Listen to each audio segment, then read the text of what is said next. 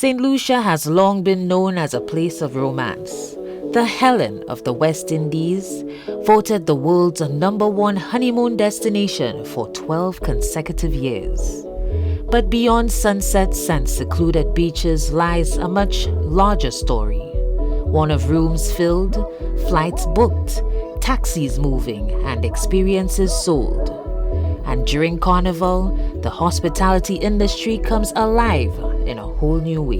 If you look at St. Lucia's arrivals, a lot of the time the arrivals tend to peak in the winter, but St. Lucia gets a second peak every year in July. And that really is an incredible achievement and really shows the power of festival tourism. St. Lucia becomes alive during Carnival.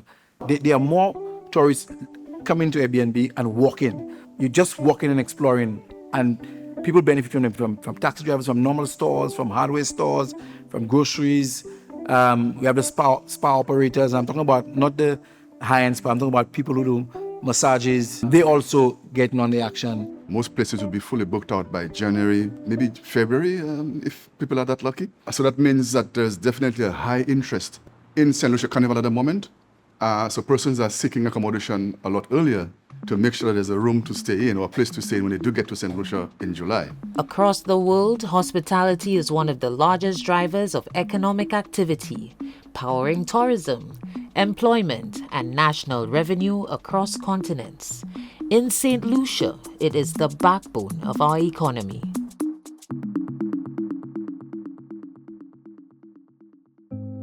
I remember when I left school in 1999 and I decided to work for the family business. My father had a guest house that was sort of not doing too well at the time, and I came in on the request of my father to help out the business and to figure it out. And of course, I didn't know anything. I had to learn, all the rudimentary things about the business and so on. I've always endeavored to understand this business and to one day create my own. At some point, my sister and I decided to invest in an accommodation space where we're at now, Hammock Suites. And I think we've done well. We've done well. Yeah, so at some point in my career, I'd spent about a good 20 plus years in the private sector. And I changed jobs a few times in that 20-year period, And I thought to myself, if at some point I were to decide I did not like what I was doing anymore, what do I have to fall back on? So sometime in the year 2015 it was, I think, I decided to look for another industry that would generate what they call passive income. So I made an initial investment in a few apartments, but continued working until about 2019. So a good 4 years that I was still working, but I made an investment whilst I was still employed.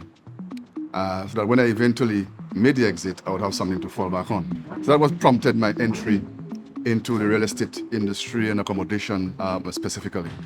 Over the last 5 years, pre-COVID and now, Carnival period is always booked.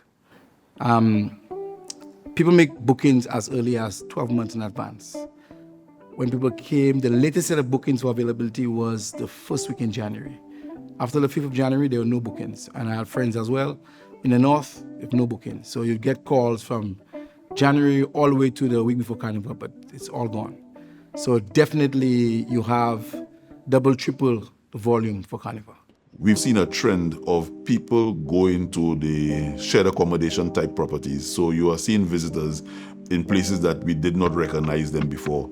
So in Masquerade and Slurry, I've seen some people who don't look like me, and I know they are visitors, because they are Airbnb properties, in that vicinity.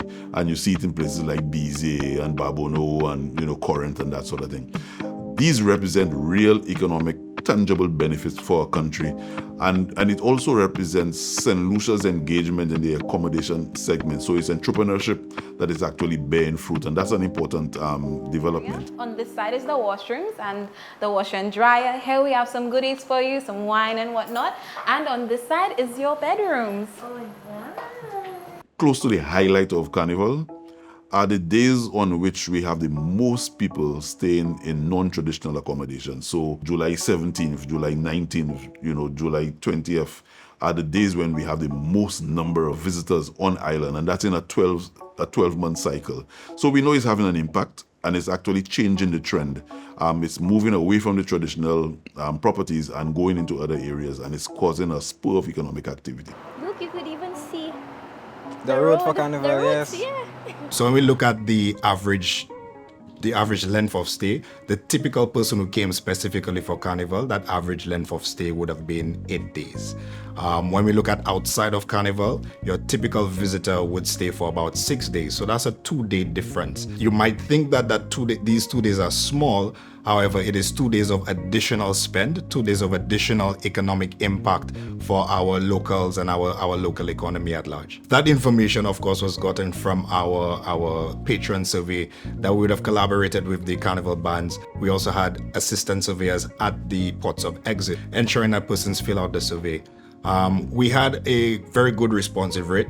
We had a sample of about over 500 persons responding, which gives us a confidence level of about 98%. So when it is that we speak of things in regards to the impact that Carnival is having, we could do so very confidently. Lucian Carnival's shift to July transformed more than a calendar date. It unlocked opportunity. What was once a traditionally slower tourism period has in recent years become one of St. Lucia's strongest performing months. If you are here during Carnival, you will not know that we're filled, right? You'll probably look and the pool will be as empty as it is right now because they're all out and engaging in the community. The vendors benefit, the restaurants benefit. So it does have much more of a trickle-down effect when you have events like Carnival and when you get the diaspora coming, because they're not necessarily the people who just stay in the hotel or stay on the beach. They go out. July for us is one of our mega months in terms of arrival. And I think positioning our Carnival in July has made St. Lucia the predominant destination for the month of July. So if you think of the Carnival product coming out of Trinidad in February, all the entire region focuses on St. Lucia. And we are strategically taking that timeline because from July 1st to way down at least the 22nd, it's all about Lucian Carnival. So it has worked very well for us, and we are very happy to be able to market our destination within the summer window. And some airlines like American Airlines and JetBlue in particular have put on additional flights and even changed the configuration to suit our event. So we have a red-eye flight that comes in early in the morning, and people get the benefit of a full day as opposed to coming in the evening and, people starting to really get themselves together by the next day. So that has been, quite positive for us from a developmental standpoint. And at the end of the day, the more people who come to St. Lucia for an event like Carnival and, of course, have a positive experience is the more people who are talking about St. Lucia.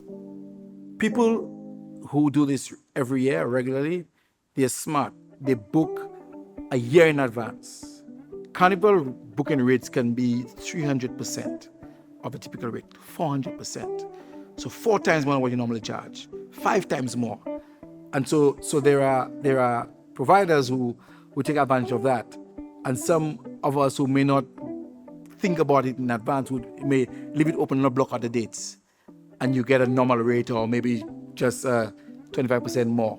Whereas there are people who deliberately block it off and open it maybe 3 months before Carnival because they know during that time the supply is a lot smaller, a lot less, and so they could command the premium prices, which they do. So on that basis, because of the volume of visitors that we have, the high demand for short-term accommodation, I can see a situation where revenues could easily be tripled. It goes without saying that Carnival is probably the most profitable time for all accommodations on the island. For us, it's the biggest revenue generating periods of the year. So we always look forward to the Carnival season. We look forward to the opportunity in fostering long-term relationships with these clients because people come for Carnival, but if the product is good enough, to come back. For the past 2 years, July has delivered record-breaking tourism numbers driven by the Carnival experience. When you understand logically the industry here, we grew up with, you would have known, bananas. These things doesn't exist anymore. We don't have bauxites, we don't have oil. Something had to emerge to sustain us, and we had to diversify and make it lucrative. The tourism industry is seasonal. So after the 6 months, you need to have some other avenues to generate income. We've got some good brain people now who's governing. And some of them, when I look at it, they're business people. That's why they're transforming St. Lucia to what is supposed to be of a good perspective. Carnival is a wonderful venture. It, as I said, it enhanced because majority of the hotels, the guest houses were filled. People were literally living at the schools, nowhere to put people. So I think we need to consider probably twice a year for Carnival. You know, possibility exists. Let's think of how we could grow.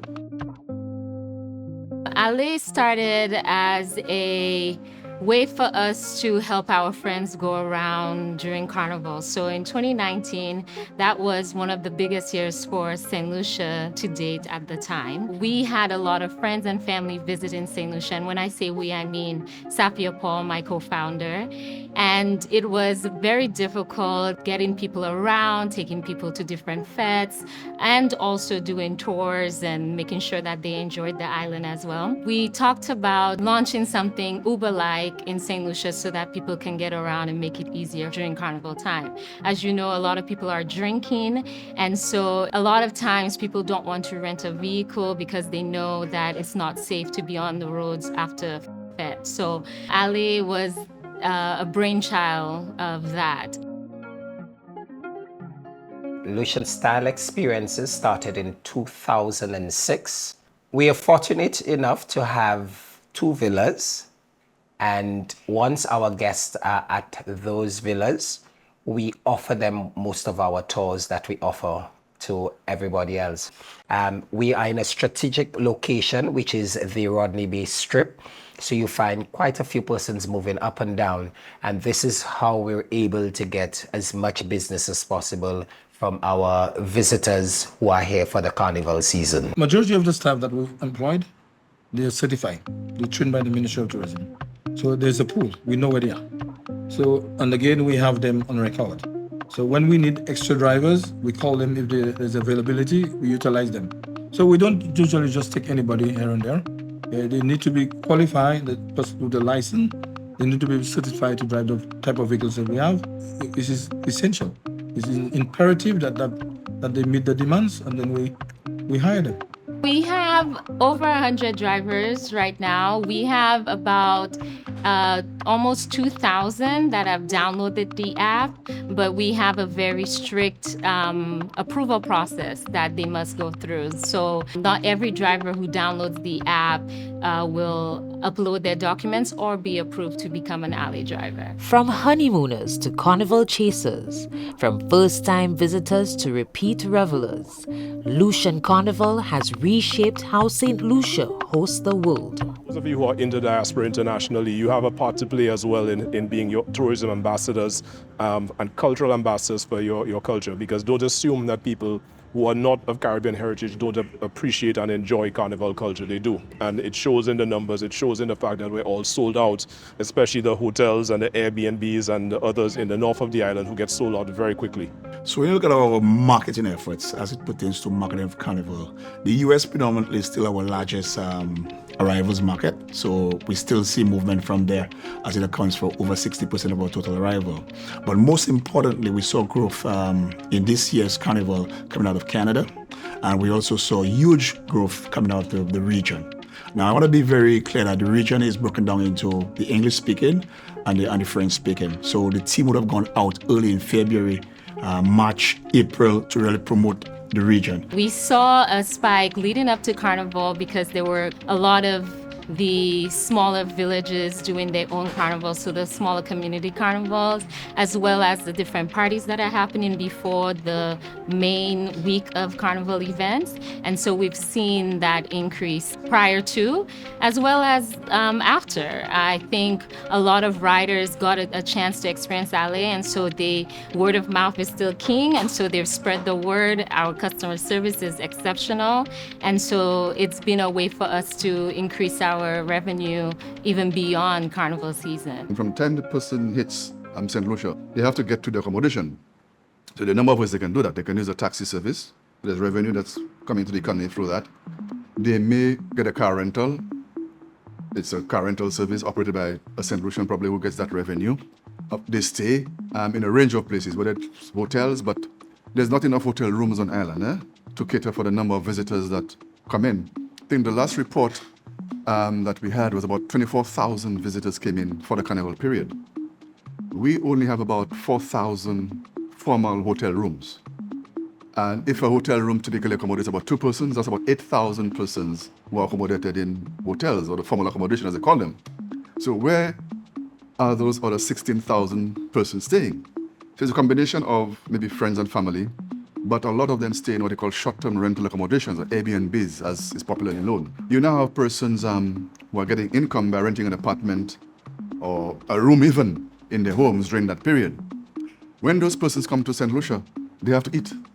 Yeah? So they will likely go to a grocery store to buy, not likely, because a few of them just come in and go out, they don't have time to cook. Maybe just breakfast. Yeah? So they go to a store, whether it's a convenience store close by, a TJ's or a Massey store, to cook their breakfast in the morning. But most of them will go to a restaurant as well. So the restaurant benefits and you make revenue from that. Of course, a lot of fetes are put on by local promoters. They will buy a ticket to go to that fete. So there's money coming in for that as well. So when you add all of these services together, you can imagine the amount of money that is pumped into the economy in that short time frame. Yeah? As it evolves, we just have to make sure that the quality of what we deliver is authentic and continues to be good value for money for the people who participate in it. What we have observed is that whenever it comes to festivals and events, the Caribbean is the one that stands out for us. So it's very important that we, A, maintain relationship with the airlines and the means of getting to St. Lucia, be it through the ferries or the airlines, and also B, to be in market promoting St. Lucia and selling the story of Lucian Carnival. 2 years ago, we added a new experience called Bacchanal Palace. And right now, you're at the original home of Bacchanal Palace at Bay Gardens Marina Haven, where we made a decision a few years ago to essentially create a space for revelers only who wanted to partake in Carnival. So for that time, we locked off all other sources of business and said this Marina Haven is just for revelers, with the lights and the pool parties and all of the things that revelers look forward to. But we also included a few other things that are important to them, such as transfers to and from the venue. And that was very successful. It was sold out many months before and really exceeded our expectations. And that was in 2024. And we decided, well, let's run it back and do it again at the Haven, but also add Bay Gardens Inn. Again, got sold out very quickly. And I've now decided that we're going to run Bacchanal Palace in 2026 for the third year, this time at Bay Gardens Marina Haven, Bay Gardens Inn, and at Bay Gardens Hotel. I love Carnival. I love the parties, more on the parade. It's a great time, but even during that time, while you want to enjoy the festivities as a accommodation provider, you always have to be on your phone, getting messages through the Airbnb, TripAdvisor, or the VRBO app of an issue, no water, leaky faucet. So even if you're there during that time, you can enjoy it, but you always have to be ready for an emergency from your guests. In my aspect of business too, because I'm into the trucking company too, we get business from the bands, people coming in, containers have to come in. So business both with tourists and locals, and the moving of equipment and stuff needed for Carnival. It's growing, and we very much welcome it. On another note, having to do the stage managing of all of the national events, which the Carnival season brings, I sit back and I look at the number of visitors that are within the crowds when we look from the stage point of view, like the parade of the bands.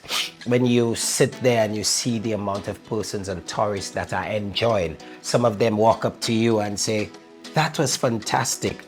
I believe that the work that is being put into Carnival at the moment, I will put in a little plug for Carnival City, is that we get a little more money so we can do a lot more. But it has become this great festival. We used to look at jazz as the biggest festival, but at the moment, Carnival is somewhat taking over.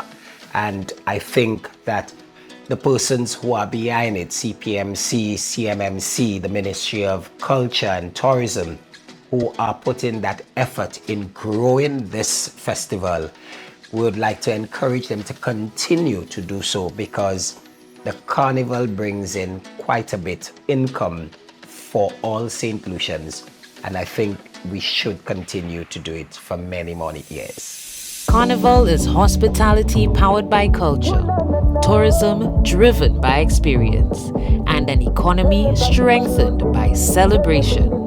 This is the Economic Pulse and how St. Lucia welcomes the world. I can't wait for the Carnival.